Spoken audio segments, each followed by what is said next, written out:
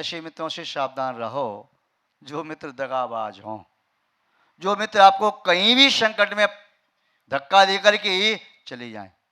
ऐसे मित्रों से सावधान रहो। संपत्ति में सुख में आपके साथ रहें और आपके आगे पीछे घूमें। जो आपके पास संपत्ति नहीं है, संकट है, दुख है, आपत्ति विपत्ति है, तो आपका साथ छोड़ दें। ऐसे मित्रों से पहले से सावधान रहो। स्कूल की छुट्टी जल्दी हो गई थी। दो बालक स्कूल से घूमते हुए जंगल में चले गए। जंगल में उन्हें बहुत आनंद आ रहा था। दोनों घनिष्ठ मित्र थे। अचानक वे पहाड़ की चोटी पर पहुंचे।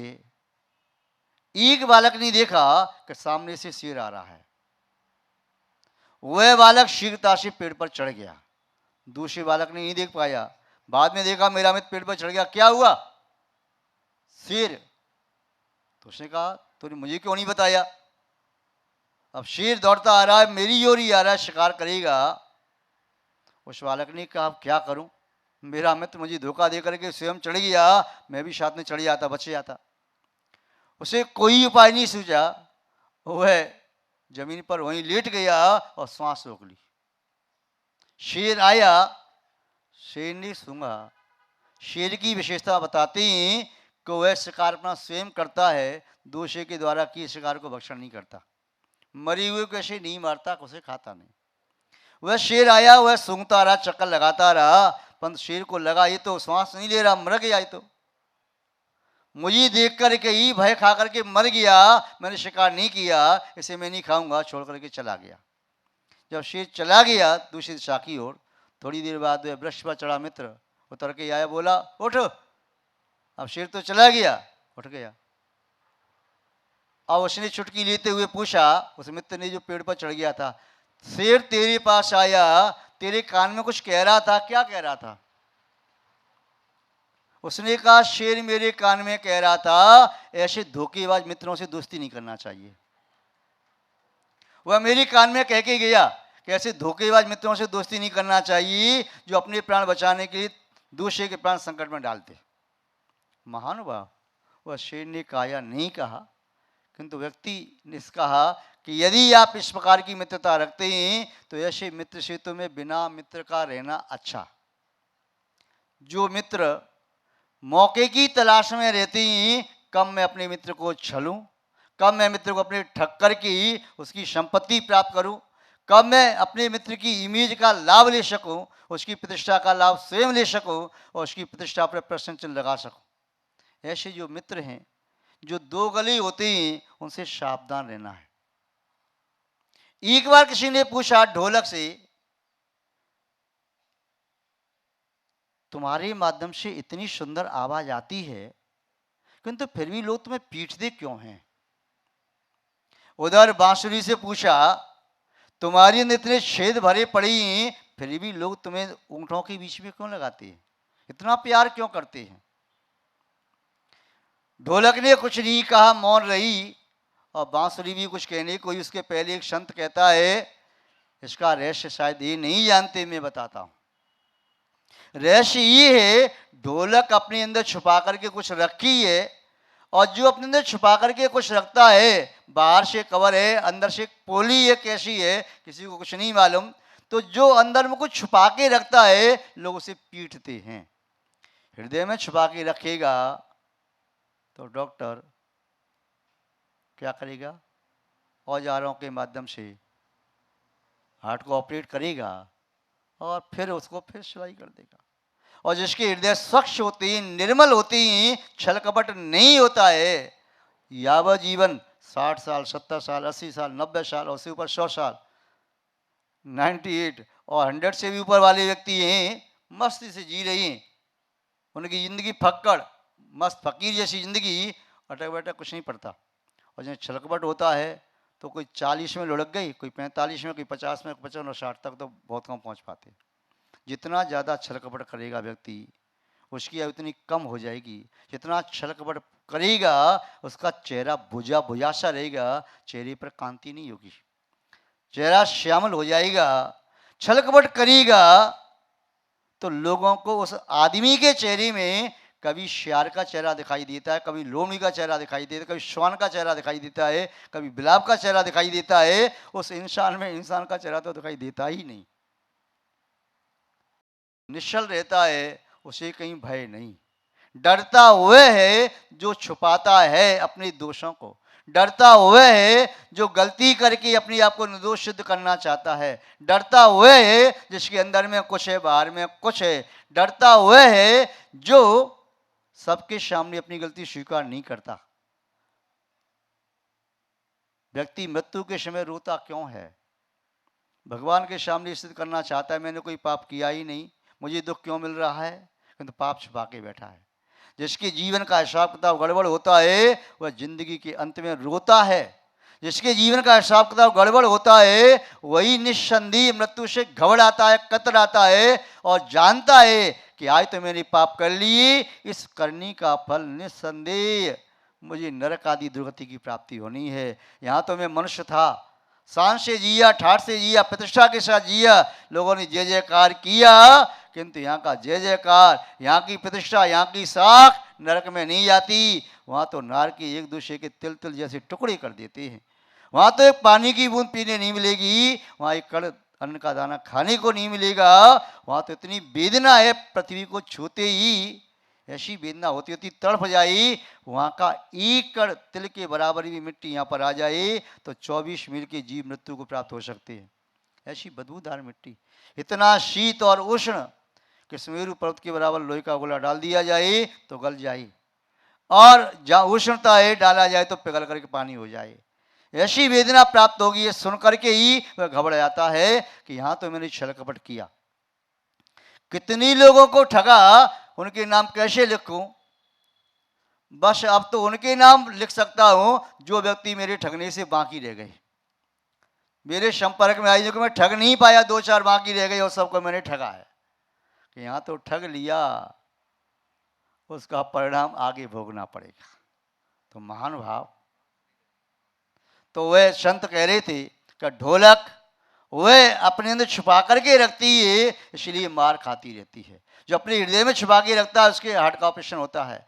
जिसका पेट कुछ गड़बड़ खाता है, अवक्ष खाता है, उसके पेट का भी ऑपरेशन हो सकता है।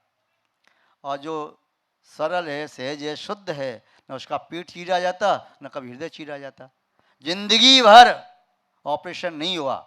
ऐसे कई पुरुष हैं, और तो और आपको सुनकर के आश्चर्य होगा। हमने ऐसे व्यक्ति भी देखे जो 80 साल से ऊपर, 90 साल से ऊपर जिए, अपने जीवन में कभी भी एक इंजेक्शन नहीं लगवाया और एक कोई एलोपैथी की गोली नहीं खाई। ऐसे व्यक्ति भी देखे, ऐसे व्यक्ति भी थे पहले। आज भले ही ना हो, आए तो बालक जन्म होते ही उसे इंजेक्शन लगना प्रारंभ होते हैं। जन्म के बाद 4 वर्ष का नहीं हो पाया, चश्मा लग गया, कहीं कुछ हो गया, कहीं कुछ हो गया, और ज्यों ज्यों बड़ा होता जाता है, जवानी नहीं आती है, किशोर अवस्था के बाद बुढ़ापा आने लगता है। महान भाव, तो बांसुरी के बारे में कहा, ये बांसुरी भले ही छेदों से युक्त है, भले ही दोषों से सहित है, किंतु इसकी विशेषता है, इसमें जो कोई फूंक लगाता है जो कि तो उत्तम ध्वनि के माध्यम से बाहर निश्चित करती है, अंदर कुछ रखती नहीं। जो अंदर रखता है वह पीटा जाता है, और जो जोखी तो जीवन जीता है वह जिंदगी भर जीता है, और वही वास्तव में संसार में जीता है, अन्य सब तो पराजित है। महान भाव, हमें भी सरल बनना है, सहज बनना है, और सरलता सहजता का जो आनंद है, सत्य मानना करोड़ों की अरबों खरबों की संपत्ति में प्राप्त नहीं हो सकता। यदि छल कपट से आपने सोने का पहाड़ भी प्राप्त कर लिया, सुमेरु पर्वत के बराबर आपको सोना मिल जाए छल कपट से, तो सोना बेकार है, और निश्चलता के साथ यदि सूखी रोटी मिल रही है तो वह आपकी साकार है। महानुभाव, व्यक्ति कर्म सिद्धांत को समझे, उस पर विश्वास करे, तब निस्संदेह वह छल कपट नहीं करेगा। वह भूल जाता है कि मेरी करनी का फल मुझे ही भोगना पड़ेगा। जिस समय छल कपट करता है, बहाना खोज लेता है, मैं अपने लिए थोड़ी कर रहा हूँ, अपनी पत्नी के लिए मुझे पाप करना पड़ता है, अपने पुत्रों के लिए करना पड़ता है, रिश्तेदारों के लिए करना पड़ता है, मित्रों को संतुष्ट करने के लिए करना पड़ता है, ये बहाना खोज लेता है। एक डाकू की कहानी आपने सुनी होगी। एक जंगल में मुनि महाराज तपस्या कर रहे थे, बहुत उच्च कोटि के साधक थे। एक महीने में एक बार हार करने के लिए आते थे, और जब नहीं मिला तो दूसरे महीने फिर तीसरे महीने, बीच में नहीं जाते थे। मुनिराज आकाश मार्ग से विहार करते हुए एक नगर के समीप पहाड़ की चोटी पर बनी गुफा में ध्यान करने लगे। वनमाली ने जाकर के राजा को समाचार दिया, मुनि महाराज का यहाँ आगमन हुआ है। राजा ने वह पूरे नगर में ढिंढोरा पिटवा दिया, ये घोषणा करा दी मुनिराज के दर्शन करने के लिए सभी जाएंगे। राजा, महामंत्री, सेनापति, यमात, सब राज दरबार, पूरी प्रजा, नगर सीट आदि सभी रथों पर सवार होकर के, हाथी पर सवार होकर के, रानियां डोलियों में बैठ करके, कोई अश्वारोही होकर के, कोई पैदल जंगल में गई। ऐसा लगा जंगल में ही कोई देश की स्थापना हो गई हो, ऐसा लगा स्वर्गों के विमान आ रही। मुनिराज की वंदना करके सभी लोग चले गए। राजाओं ने रतन चढ़ाए, किसी ने शेठ ने कुछ चढ़ाया और भक्ति पूजा की, चली गई। उसी पहाड़ की चोटी पर सामने वाली गुफा में डाकुओं का समूह ही रहता था। राजमार्ग पर वह जंगल से चलने वाले व्यक्तियों को लूटता रहता था। डाकुओं के मुखिया ने कहा, हम क्या छोटे छोटे लूटते ही, जिसके पास राजा आया, राजा चरणों में माथा रख रहा था, चढ़ा रत्न भेंट कर रहा है, ये तो बहुत बड़ा राजा होगा, कौन है, जाके देखते हैं। गुफा में पहुंचे यथार्थ दिगंबर मुनि महाराज। अब मुनि महाराज ध्यान पूरा करके आहार चरा के लिए निकल रहे थे। वह डाकुओं का सरदार कहता है, निकालिए, क्या है आपके पास। मुनिराज पहले तो मौन रहे, आहार चिरा की मुद्रा में थे। दूसरी बार कहा, क्या देख रही हो, यहां से जीवित नहीं जाओगे, निकालिए क्या है तुम्हारे पास। मुनिराज फिर भी निर्भीक खड़े रहे। तीसरी बार फिर कहा, तुम्हारे पास क्या है, निकालिए, आप ऐसे नहीं जा सकते, हमारा पूरा गिरोह है, आप घिरे चारों तरफ से, कहीं भाग के नहीं जा सकते, निकालिए क्या है आपके पास। मुनिराज ने समझा कि इसकी होनार अब अच्छी आ गई, मैं हार तो बाद में अगले महीने कर लूँगा, पहले इसका कल्याण कर दो। अपनी मुद्रा छोड़ी और उनसे कहा, हाँ भाई, मेरे पास वैसे तो कुछ नहीं है, ये आप देख रही हो, ये पिच्छी है मयूर पंख की, और ये कमंडल, इसमें पानी भरा हुआ है, ये तो आपकी बाहर रूप है दूसरों को ठगने के लिए। आपके पास और कहाँ छुपा के रखे हैं रत्न, आपके पास कुछ नहीं होता, इतना बड़ा राज आपके चरणों में क्यों आता। नगर सेठ आई, सेनापति आया, महामात्य आया, महामंत्री आए, सभी आए, राजपुरोहित आया, तुम्हारे पास कुछ न कुछ तो है। अब ये बताओ, सीधे सीधे देते ही हो कि मैं अपनी शक्ति का प्रयोग करूं। यह तो भाई मुनि महाराज अवधि ज्ञानी भी थे और रिद्धिधारी भी थे, चाहते तो आकाश मार्ग से ऊपर हो जाते और वे उसको संबोधन दे सकते थे, अपना चमत्कार दिखा देते, चमत्कार नहीं सहज प्रवृत्ति, किंतु नहीं, उनको लगा इसका कल्याण कैसे होना है, जिस युक्ति से होना है वैसे ही। मुनिराज ने कहा, देखो आपको लगता है मेरे पास कुछ है तो सही, क्या है, मेरे पास है दिव्य रत्न, जो रत्न स्वर्ग के देवों के खजाने में नहीं है, जो रत्न किसी भी राजा के पास नहीं है, चक्रवर्ती के पास भी नहीं है, पूरे भूमंडल पर किसी के पास रत्न ऐसे नहीं है, किसी राजा महाराजा के पास, किसी भी सेठ के पास नहीं है, वह रत्न मेरे पास है, निकालिए फिर क्या बात है। ऐसे तो नहीं दे सकता, नहीं दे सकते तो देख लीजिए, आप अपने प्राणों को बचाइए, आपके प्राण नहीं बचेंगे, प्राणों की तो कोई परवाह नहीं है, किंतु रत्न में ऐसे तो नहीं दे सकता, मैंने बहुत परिश्रम से प्राप्त किए हैं, बड़े दिव्य रत्न हैं, एक नहीं 3 रत्न हैं, मुझे चाहिए। अरे तुझे एक भी मिल जाए ना तो कल्याण पक्का है, और एक ऐसा एक मिलेगा उसके साथ दूसरा तो अपने आप आ जाएगा, तीसरा है उसके लिए थोड़ा ज्यादा मेहनत करनी पड़ेगी। वह कहता मुझे चाहिए, ऐसे तो नहीं मिलेंगे, देख लीजिए, आपको अपना जीवन प्यारा है तो चुपचाप दे दीजिए, जीवन तो प्यारा नहीं है, किंतु मैं रत्न आपको दे दूंगा। उन रत्नों को देने की विधि है। क्या विधि है? ये दिव्य रत्न ऐसे प्राप्त नहीं होते, जैसे मैं कहूं वैसे आप करोगी तो रत्न प्राप्त हो जाएंगे। क्या करना है? अपनी परिवार वालों से पूछिए कि आप जो कुछ कर रही हैं, पूछिए कि मैं जो कुछ कर रहा हूं वह अच्छा कर रहा हूं या बुरा कर रहा हूं, और जो कर रहा हूं इसका फल किया होगा, और इसके फल में कौन कौन जिम्मेदार है, कौन साझीदार है। ठीक है, उसने कहा, डाकों के मुखिया ने, ये चाल किसी और को सिखाना, मुझे बातों में लगा करके भागना चाहती हो, मैं ऐसे नहीं जाने वाला। मुंडाई ने कहा, मैं कहीं जाने वाला नहीं, मैं बातों में नहीं लगाता, तुझे रत्न चाहिए, मैं तो विधि बता रहा हूं।